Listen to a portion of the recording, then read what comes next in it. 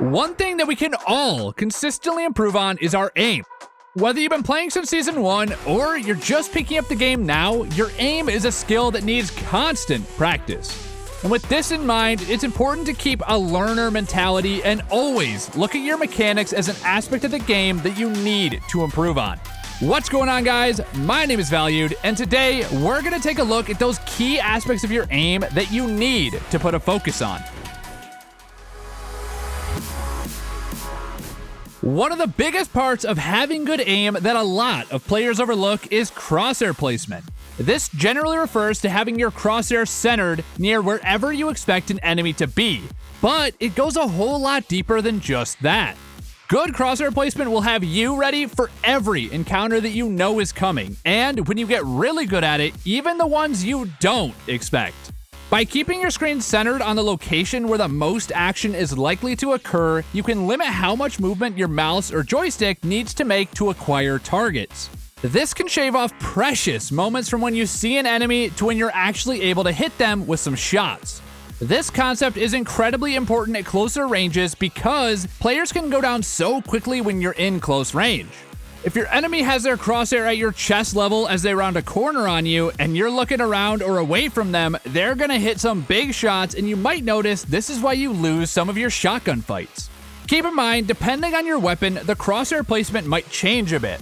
If you're rocking an EVA 8 or another shotty, you're gonna wanna make sure you're aiming for center mass to get the most out of your pellet spread.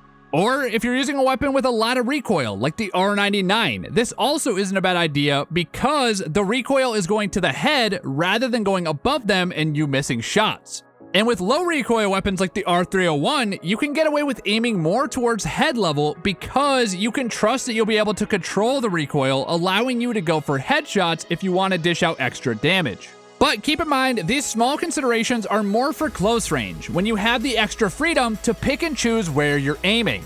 With long-range gunfights, most of us aren't accurate enough to consistently hit headshots, so you're gonna want to look to aim center mass. But where crosshair placement really comes into play is at longer ranges. Rather than swinging your whole point of view around constantly to take in info or watch for enemies, get used to keeping your screen centered on those potential danger zones and using your peripheral vision to keep an eye on other spots. This is a small thing, but if you can get used to taking in information with your full FOV and focus on keeping your crosshair ready for a potential fight, you will greatly increase your chances of hitting your shots and start off your fights with an advantage.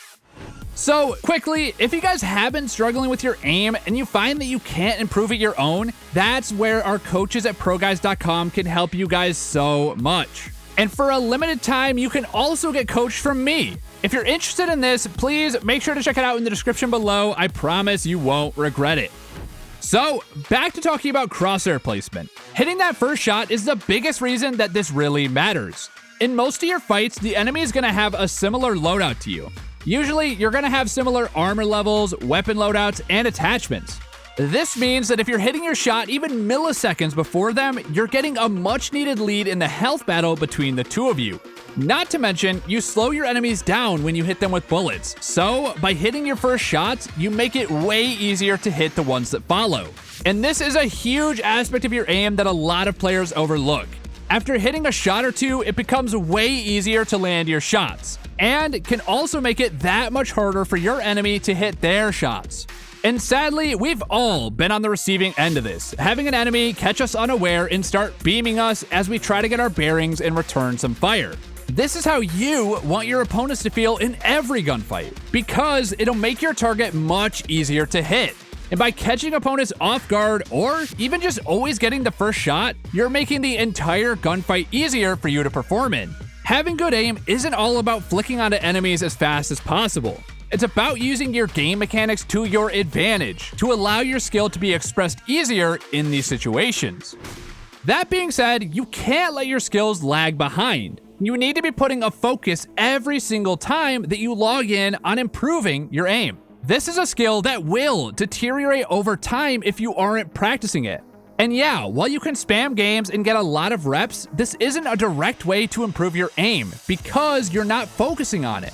So, taking the time to make sure you're practicing your flick aiming and your tracking in an isolated way is the key to getting good aim and keeping it.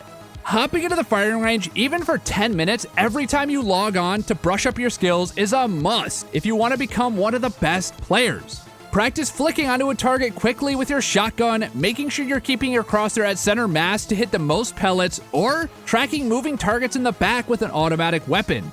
It might not seem like it, but these small reps, if you do them enough, will make a world of difference in the game, and your practice and warm-up time should not be undervalued. And if you're looking for a more in-depth way that you can warm up and practice before you hop into games, then check out our recent custom warm-up routine video that came out last week. Having a routine that you do each time you log on can really help you cover all your bases. And if you have a hard time coming up with one on your own, that video has you covered. And guys, I want to mention it, if you're looking for a good community of Apex players who are on the grind just like you, then make sure to join our new Discord server. From LFG to competitions and events, this is the place you want to be if you're a veteran of the game or a brand new player. Make sure to check it out in the description below. So all this practice and warm-up does even more than just increase your skills, because it'll raise your confidence. Every minute you spend feeling good about your aim will increase your performance in-game, and every game you find success will increase how confident you are in your future games. And this confidence is key, because you want to be as comfortable as possible with as many aspects of the game as you can so that you don't have to be thinking about it constantly. And on the flip side, the more confident you are in the rest of the game, the more you can focus on your aim. If you know all the guns, their recoil patterns, fire rates, and damage, you can better approach using them. And this knowledge will make your aim that much better, because if it's an aspect of your game that you're already trying to put a focus on, you can trust that you will automatically account for everything else that we just touched on. But if you're at the stage in your Apex journey where you're still learning how the weapons interact, or how each ammo type tends to act, that's completely fine. But you want to make sure those aspects of your game knowledge are nice and sound before you try to put a huge focus on the mechanical aspects of your game. If the game knowledge isn't there, it's going to make everything that comes after much harder. It's like trying to pass a calculus test without ever learning any math. You might be able to guess a question here and there, but you're going to keep failing the test until you learn the fundamentals of the subject. And I don't want to relate Apex to school, but do your homework. Use that warm-up and practice time that we talked about and focus on one aspect of your game knowledge that you need to improve that affects your aim. For example, if you have a gun that when you pick it up, you feel like you just can't land any shots, that's the gun you should be grabbing in the firing range and practicing. Seriously, why risk picking up a Havoc on a contested drop and trying to get a feel for the gun in live time? Instead, make sure you've used every single gun in the game extensively in the firing range. You don't have to like every weapon, but you should try to make sure you can kill people with them. You might not be hauling the Havoc around all game if it's not your thing, but you want to make sure you can down an enemy or two when the situation arises. And guys, as you know, this would not be an aim video if we didn't at least touch on your sensitivity. Your look sensitivity is the #1 setting that's going to impact your aim. While we've had a lot more to talk about today than just this, it's vital that you have this dialed in to a place that you are comfortable with. We have a ton of videos on this exact subject for controller and mouse and keyboard players, so make sure to check them out if you want a deep dive on the settings. But the general theme here is that you want a sense that's high enough that you can turn around and perform advanced movement easily, but low enough that you can have high levels of precision in your gunfights. Most high-level mouse players sit between 400 and 800 DPI and 1.5 to 3 for their in-game sense. For controller players, most people have moved over to advanced look controls, and they can get pretty in-depth. If you're a newer player, try to not go above 6 sensitivity, and if you're looking for an advanced full breakdown for controller sense, then make sure to check out our controller settings guide. One thing I will touch on here though is the importance of changing your ADS sensitivity. This will let you keep a bit of a higher sense that feels good at close range or when performing movement, while still having that precision at longer ranges. So guys, also I want to remind you, don't be afraid to make tweaks to your sensitivity and really find what's good for you. Just make sure whatever you choose, stick with it for a while before you change it again. Sensitivity takes a lot of time to settle in once you change it, so make sure to give it a couple weeks before you make any drastic changes again. Alrighty guys, if you take in the knowledge and mindsets that I've brought you today and apply it to your game, you're going to be hitting more of your shots and feeling more confident in no time. But make sure you take it one step at a time and don't be hard on yourself. Improvement can be uncomfortable at times, and whether you're practicing your crosshair placement or trying a new sensitivity, you have to trust the process.